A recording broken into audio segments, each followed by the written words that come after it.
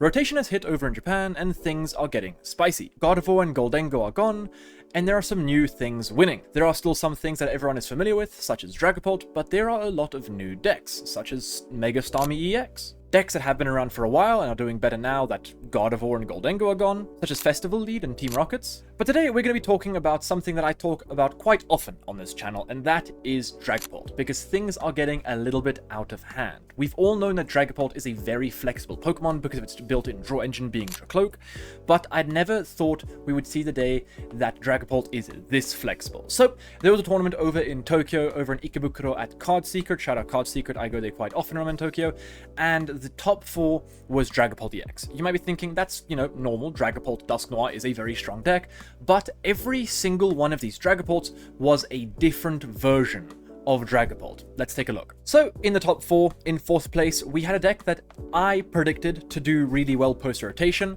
I predicted that Dragapult would adopt the Tera type. I posted that over on my Twitter, so shout out my Twitter. And I guess I was quite correct, because this deck has been running rampant. I'll be making a video on this deck in itself, because I think it is a very strong contender for best deck in the game post-rotation. Better than Dragapult Dusknoir. So you might be thinking, why is Dragapult not playing Dusknoir? Dusknoir was a really good deck to keep other stage 2s in check. For example, against Gardevoir, usually you would have to use Dusknoir to limit their Routes and Curliers, right? There was no real good way of getting rid of a Gardevoir and a Routes beforehand, right? You had to use Dusknoir.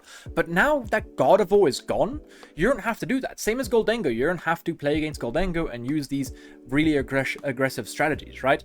However, this deck is arguably even more aggressive because it is built around the Tera engine. Everybody knows the Tera engine on the channel. I've spoken about it many times, and I'll be making another video about the Tera decks soon, but this deck functions around the Tera engine, with 3 basic Teras being the Water Ogerpon. Water Ogerpon is the most aggressive of the Tera Pokemon there are, being able to take 2 prizes as early as turn 2 and put a lot of pressure on your opponent. Then we're playing one of Badoo, because Dragapult still does enjoy Badoo, and if you are forced to go second, Badoo is just a great card to have. Now, why do I say if you are forced to go second? That is because this deck chooses to go first, because of the Fan Rotom and the Tera build.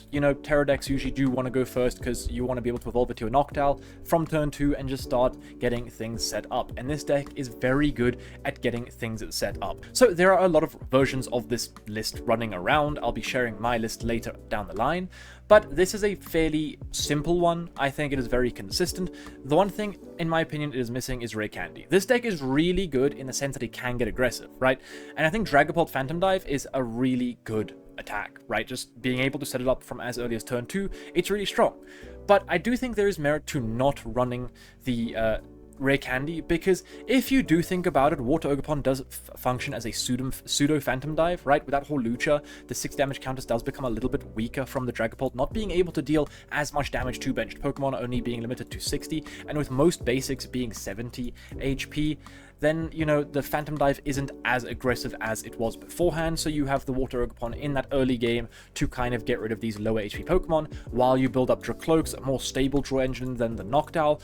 Noctowl is a very active draw engine, meaning it only works when you put in play, whereas the passive draw engine from the Dracloak complements that very well. You get to use Dracloak before you use Noctowl, or even to try and find Noctowl, and then you can cherry pick these pieces. And these Pokemon are pretty easy to find when you are running 4 Buddy Puffin, 4 Pokepad, 3 Ultra Ball, and 2 Tera Orb. Tera Orb is kind of a really good card post-rotation in a lot of Tera decks, because it functions as kind of like a nest ball, right? This can find not only your Dragapult, but it can also find your Water Ogerpon. And you might be thinking, well, what is this guy doing here? What is Chien-Pao doing here? Didn't he rotate? Well, that is a bigger brother. His more washed brother. This guy is seeing quite a lot of play, even pre-rotation. I think this card has a good amount of merit to it, because a lot of people are playing Team Rocket's Watchtower, and Team Rocket's Watchtower turns off all of your colorless Pokemon's abilities, right? So you don't have access to Noctowl anymore, right? And that kind of does suck. So you have so many ways now to search out this Pokemon to bump that stadium. You are also playing 3 stadiums of your own to be able to, get wide. And then you're also playing a Clefairy, because Crispin is a great card. And Crispin, since you are playing Psychic Energy already, you may as well play the Clefairy, meaning against the Mirror Match, you have a way to get a cheeky knockout. And also, Clefairy is just a decent attacker, right? It swings pretty hard. But that is all I want to talk about for this deck for now. Moving on to the third place deck. This is a more traditional post-rotation Dragapult Dusk Noir list. It is playing Double Meowth for consistency. It is playing Unfair Stamp. I do really enjoy the Unfair Stamp. I think Unfair Stamp is my favorite ace-spec for the more traditional Dragapult deck lists going forward. And then you see a very strong core of the 4/4/4. I think this will be a very common reoccurring theme in these Dragapult decks. 4 Puffin, 4 Pad, and 4 Ultra Ball. Then we see a more aggressive 3 Candy, and then something that I really do like is the Kieran being able to swing a little bit harder, and also since Turo is gone, you don't have any great switch cards, meaning Kieran can act as a switch as well. And then also Briar.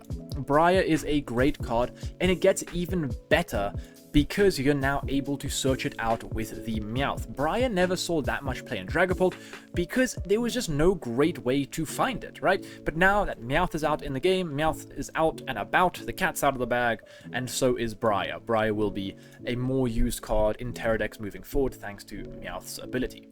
And then the second place deck is a deck that I really want to look at. I think this is a very interesting version of the deck. When this card, Crobat, first came out, I did experiment with Dragapult Crobat a little bit, and I just wasn't able to get it to work.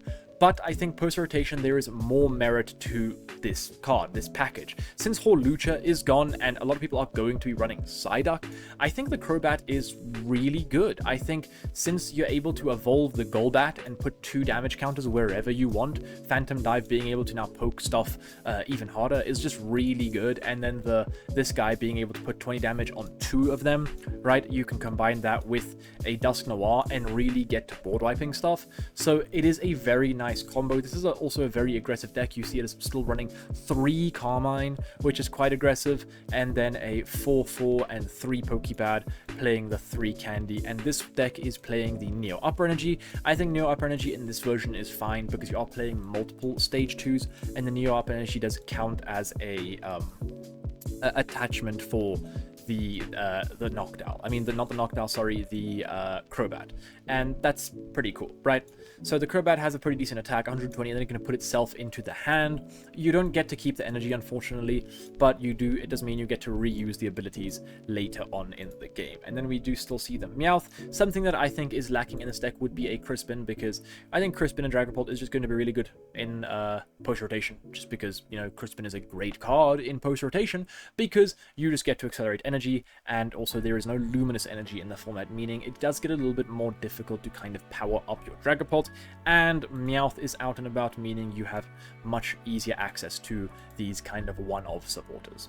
And then we have the first place list. So this is, I guess, in a way, straight Dragapult, right? It looks like straight Dragapult until you look at the second row, and we see the chicken, the fire chicken. Blaziken is a great card. And why is Blaziken a great card? Well, this is the closest thing we have to Gardevoir EX in the format. This is able to accelerate and basic energy from our discard pile to one of our Pokemon once during our turn, right? No strings attached. It just has to be in the discard pile, and it's any basic to any of our Pokemon, which is really nice, because now we can play multiple Munkidori, and all of a sudden we have a really good matchup against other Dragapult decks, because we're able to set up multiple Munkidori, and what is the common recurring theme in these decks? None of them play Munkidori.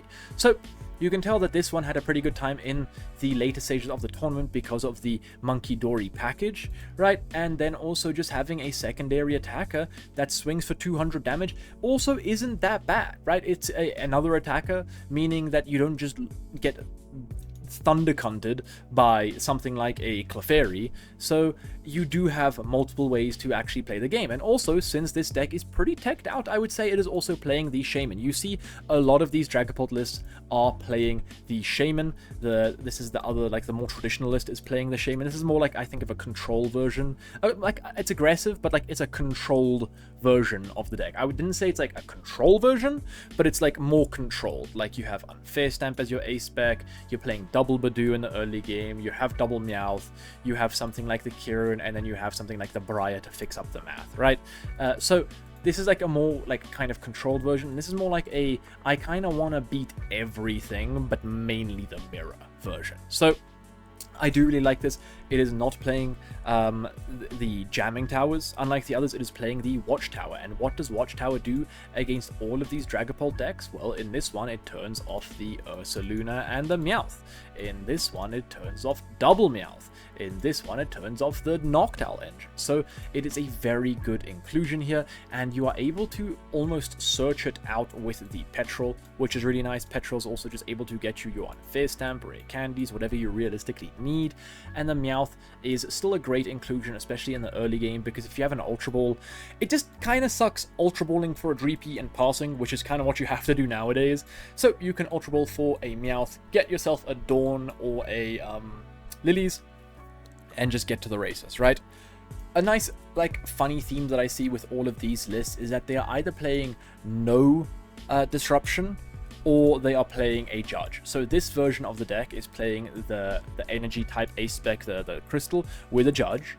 This one is playing a disruption A-Spec without judge. This one is playing no disruption whatsoever. And this one is playing the disruption A-Spec and a judge, which I kind of do like. It is also playing triple boss. I do like the more gust kind of heavy version of this deck, and I think this one does need it because it doesn't have as much potential for bench snipe. This one has a lot of potential for bench snipe and is playing one boss. This one has Dusk Noirs and is only playing double boss, and this one has a lot of access to bench snipe and also playing double boss. So 2 bosses, kind of what you see right now as the norm.